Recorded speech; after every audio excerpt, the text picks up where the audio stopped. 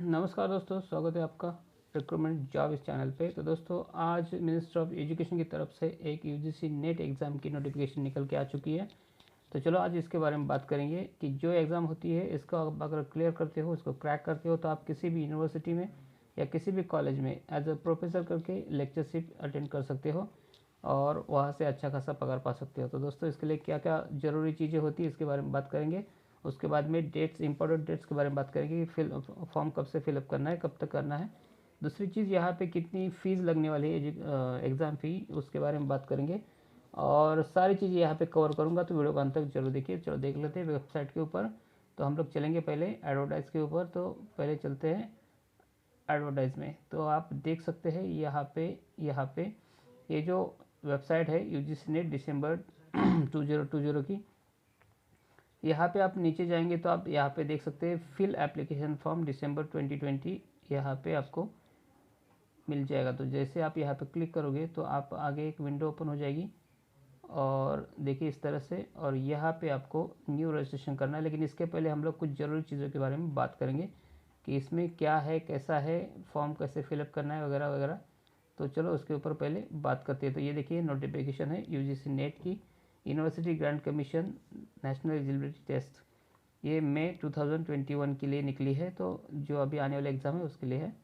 तो इसके बारे में हम लोग पूरे बुलेटिन के बारे में बात करेंगे। तो चलो आगे चल के देख लेते हैं कि इम्पोर्टेंस क्या क्या है इसमें, जो कि बहुत ज़रूरी चीज़ें होती है आपको जानना।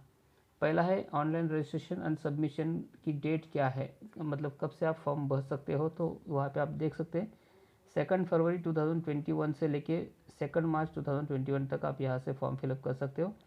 दूसरा है लास्ट डेट आपके ट्रांजेक्शन फ़ी के लिए, एग्जामिनेशन जो फ़ी रहती है उसके लिए लास्ट डेट क्या है, तो वो 3 मार्च है, रात को 11:50 तक। दूसरा है फ़ीस की बात करें तो यहाँ पे जनरल के लिए और अनरिजर्व कैटेगरी के लिए यहाँ पे आपको 1000 रुपीज़ लगने वाला है।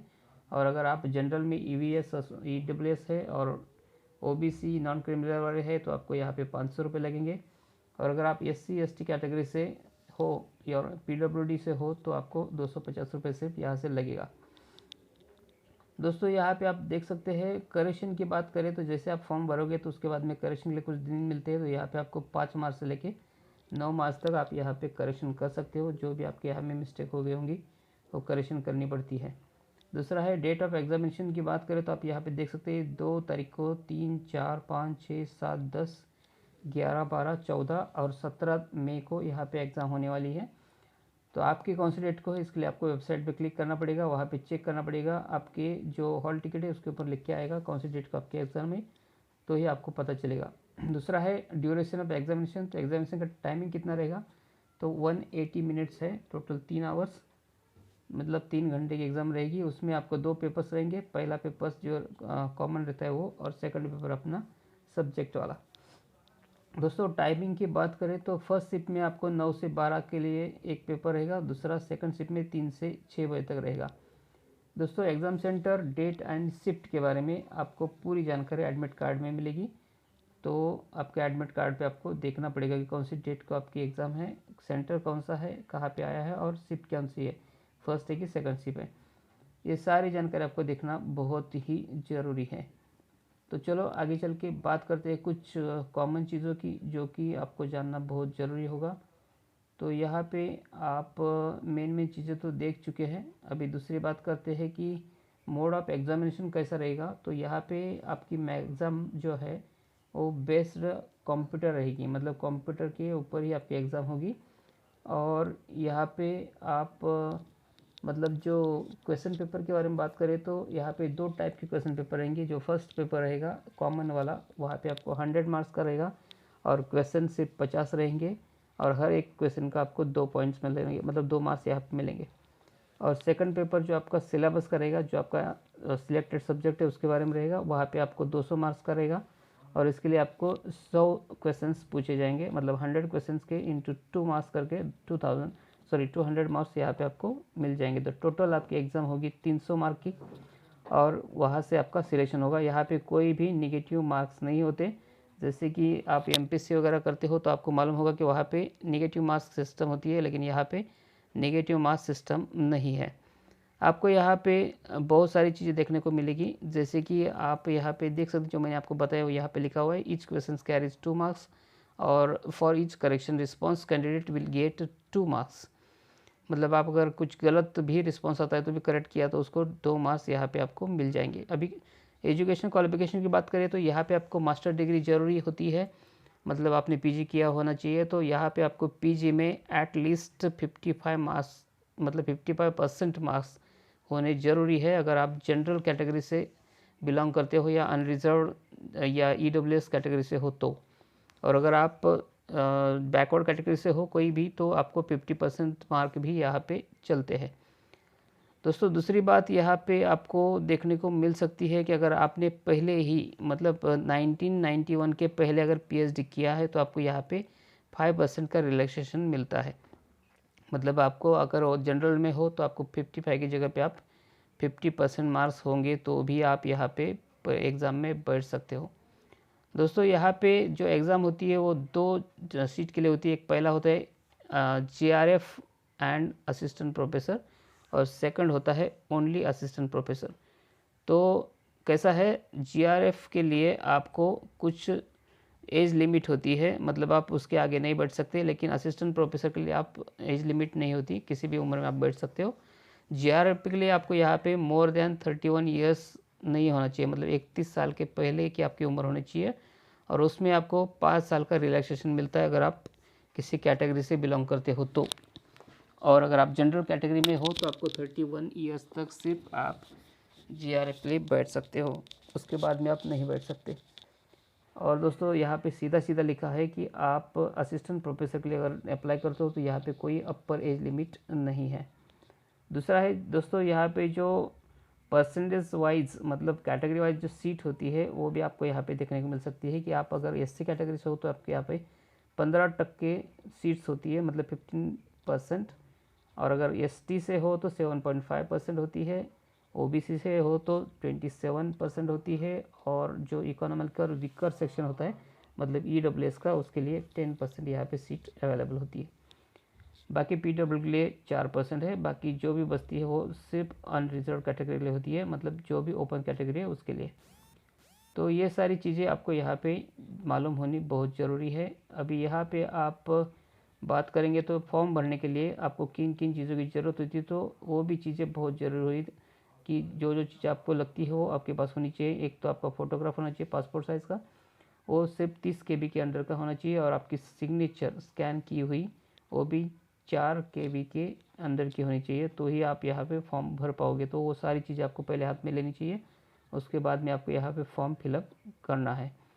तो दोस्तों यहाँ पे आप देख सकते हैं document to be brought to the exam centre. आप एग्ज़ाम सेंटर में क्या क्या लेके जा सकते हो, तो यहाँ पे आप सिर्फ printed copy of admit card downloaded from NTA website, जो एनटीए वेबसाइट से आप डाउनलोड किया एडमिट कार्ड वही खाली लेके जा सकते हो। दूसरा है 1 पासपोर्ट साइज़ फ़ोटोग्राफ, आप एक पासपोर्ट साइज़ फ़ोटोग्राफ यहाँ पे ले जा सकते हो। Upload on online application form, जो कि ऑनलाइन एप्लीकेशन फॉर्म पे रहता है और वो आपको स्पेसिफिक स्पेस पे अटेस्ट करना है, वहाँ पे चिपकाना है, पेस्ट करना है अटेंडेंस स्लिप पे। और उसके बाद में आपको ऑथराइज फ़ोटो आईडीज़ लेके जाना पड़ेगा एक, जैसे कि PAN card, driving licence, voter ID, passport, Aadhaar card, ये भी आपके फ़ोटोग्राफ के साथ में होना चाहिए। और अगर आप हैंडीकैप हो, पीडब्ल्यूडी से हो, तो आपको पीडब्ल्यूडी का सर्टिफिकेट साथ में लेके जाना पड़ता है ये कुछ। तो इस तरह से आपको यहाँ पे पूरी जानकारी लेनी है और उसके बाद में आपको फॉर्म फिलअप करना है। तो फॉर्म फिलअप कैसे करना है, चलो मैं आपको दिखा देता हूँ कहाँ से करना है। तो आपको यहाँ पे इस वेबसाइट पे आएंगे, तो चलो ओपन हो रहा है, थोड़ा सा नेट स्लो होने की वजह से थोड़ा टाइम लेगा। यहाँ पे देख सकते हैं आपको एक आपके सामने जो वेबसाइट ओपन हो चुकी है, यहाँ पे आपको न्यू रजिस्ट्रेशन करके ये नीचे ऑप्शन मिलता है, वहाँ पे आपको क्लिक करना है और पहले आपको यहाँ पे रजिस्ट्रेशन करना है।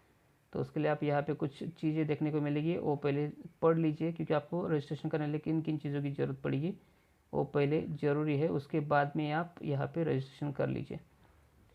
चलो मैं आपको पहले बता दूँ, एक फर्स्ट है फ़ीस के बारे में, जो मैंने आपको बताया। जनरल के लिए 1000 रुपया, ओबीसी ईडब्ल्यूएस के लिए 500 रुपया और एससी एसटी के लिए 250 रुपया। अभी आपको एप्लीकेशन प्रोसीजर के लिए क्या क्या ज़रूरी है, तो आप नीचे देखिए यहाँ पे रजिस्टर ऑनलाइन एप्लीकेशन फॉर्म आपको ओपन करना है, जो मैं आपको ओपन करके दिखाऊंगा।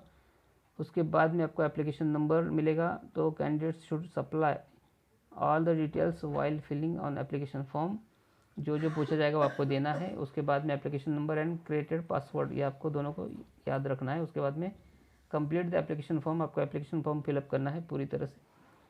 उसके बाद में आपको जरूरी चीज़ें है, the photograph should be recent and coloured और black and white but clear contrast. आपको फोटोग्राफ की ज़रूरत पड़ेगी जो कि एक तो कलर होना चाहिए या तो फिर ब्लैक एंड वाइट, लेकिन उसका कॉन्ट्रास्ट क्लियर होना चाहिए। दूसरा है scan photograph and signature should be in JPG या जेपीईजी फॉर्मेट में ही होना चाहिए।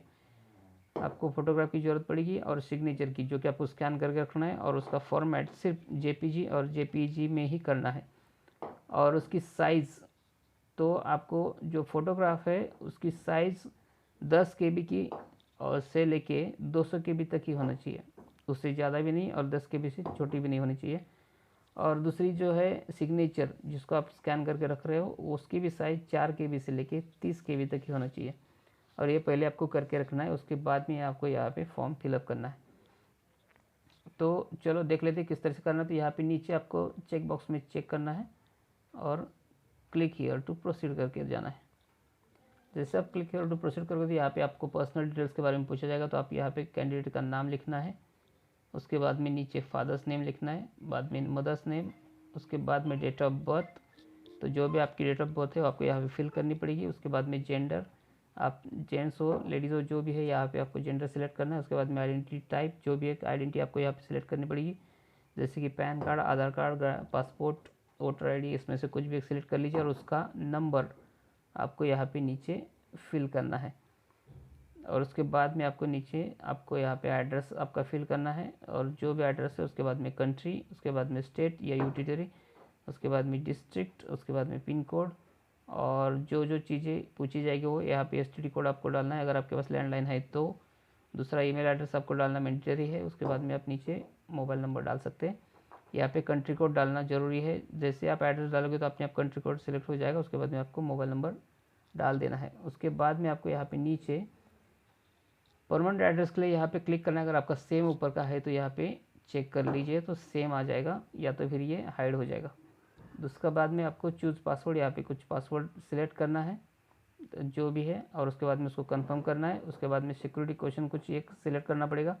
आपको ओपन करके दिखा दो, देखिए यहाँ पे लिखा हुआ है which is the website you really visit, या तो फिर what is your name of your first school, what is your neighbours pet name, या में से कुछ भी आप एग्जाम में मतलब एक क्वेश्चन सिलेक्ट कर सकते हो और उसका आंसर यहाँ पे आपको डालना है।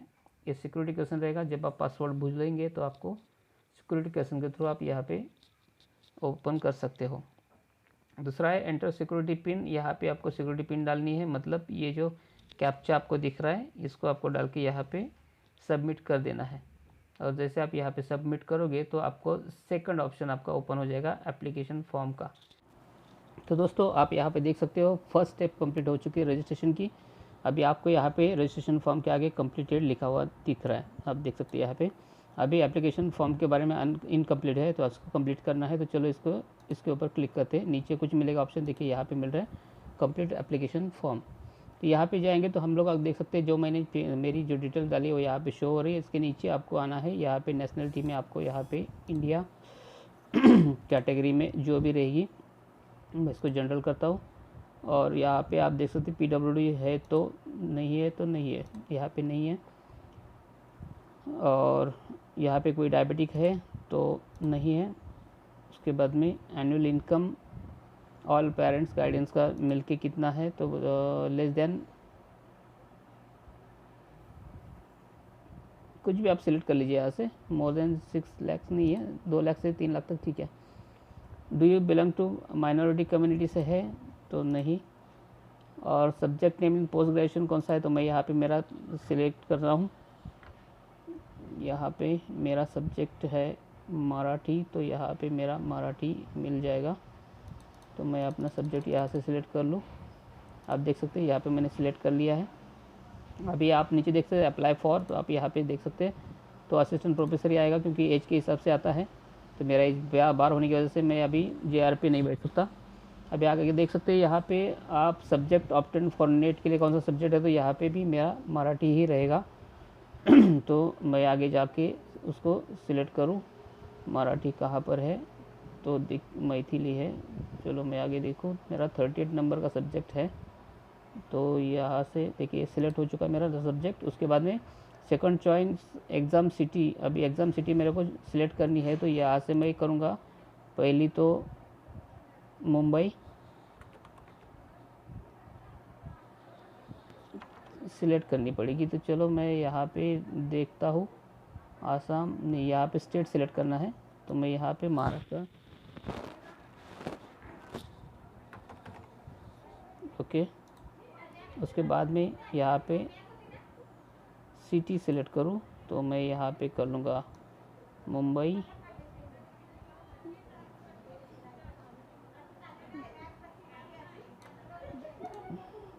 यहाँ पे स्टेट क्यों शो हो रहा है, मेरे समझ में नहीं आ रहा है।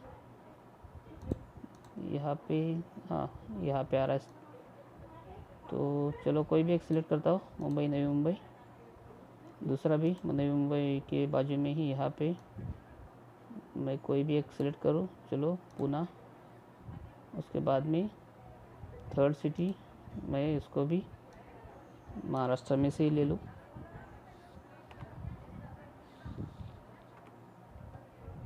और थर्ड सिटी भी मैं कोई यहाँ से सिलेक्ट कर लूँ, अहमदनगर।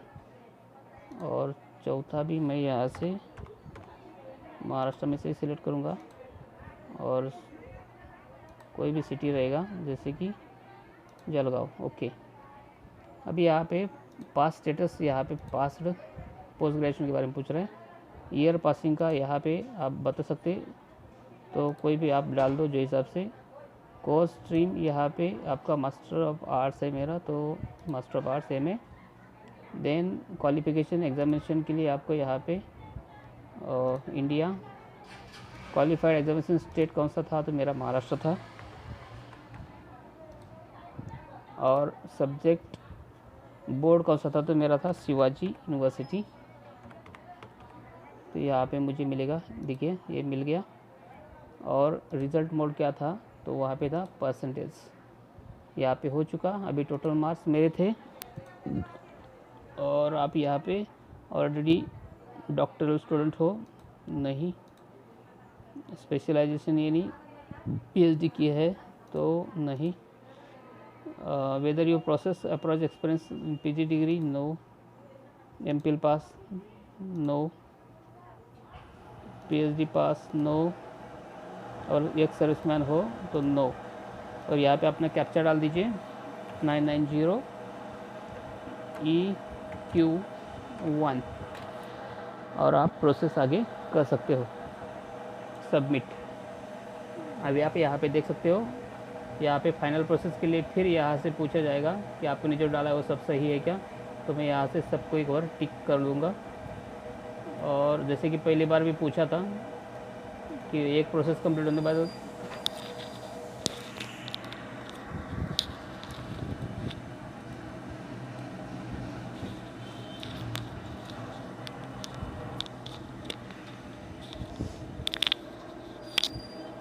तो ये मैंने सब टिक के लिया है। और आगे आई एग्री पे क्लिक करता हूँ और फाइनल सबमिट कर देता हूँ।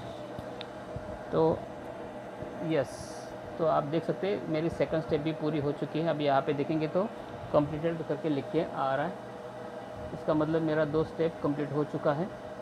अभी तीसरा है अनलोड डॉक्यूमेंट। तो यहाँ पे मुझे अनलोड डॉक्यूमेंट के लिए नीचे जाना है और अपलोड इमेज के ऊपर जाना है। तो जैसे मैं इमेज के ऊपर जाऊँगा तो यहाँ पे मैं चूज़ करूँगा एक फ़ाइल जहाँ पे मेरा डॉक्यूमेंट है, मतलब एक फ़ोटो और ये किए। तो चलो मैं ओपन करता हूँ और फाइल सिलेक्ट करके वहाँ से डाल देता हूँ एक। तो यहाँ पे मैंने सेटनेट का फ़ोल्डर बनाया हुआ है। तो यहाँ से मैं फ़ोटोग्राफ सिलेक्ट करूँगा, देखिए यहाँ पे सिलेक्ट हो चुका है। और साइन के लिए मैं यहाँ पे फिर जाऊँगा और फिर मैं वहाँ पे ही जाऊँगा। मैंने साइन भी स्कैन करके रखी हुई है, सिग्नेचर। और देखिए सबमिट एंड रिव्यू। तो size of photograph documents file less than minimum size, minimum should be less than 10 KB। 10 KB से छोटा फ़ोटो होना चाहिए। तो आप यहाँ पे 10 KB से छोटा फ़ोटो यहाँ से सबमिट कर लीजिए। साइन उसके बाद में आपकी सबमिट होगी, वो भी सेम होनी चाहिए, 30 KB के नीचे की और 4 KB के नीचे की, सॉरी। तो आप यहाँ पे छोटी साइज़ का स्कैन करके रखिए ताकि वो अपलोड हो सके। उसके बाद में आगे आपको फ्री पेमेंट के ऑप्शन आएगा, उसके ऊपर आप क्लिक करके ऑनलाइन पेमेंट कर सकते हैं, या तो कार्ड से या इससे, और अपना ये पूरा कंप्लीट कर दीजिए। तो दोस्तों ये जानकारी कैसी लगी ज़रूर बताइए कमेंट करके। अच्छी लगी हो तो लाइक कीजिए, दोस्तों के साथ में शेयर कीजिए, और मेरे चैनल को सब्सक्राइब कर लिए, क्योंकि ऐसे मैं वीडियोस लेके आता रहता हूँ हर बार आपके लिए नए नए जॉब के बारे में। दोस्तों मिलते हैं नए वीडियो में, तब तक के लिए धन्यवाद।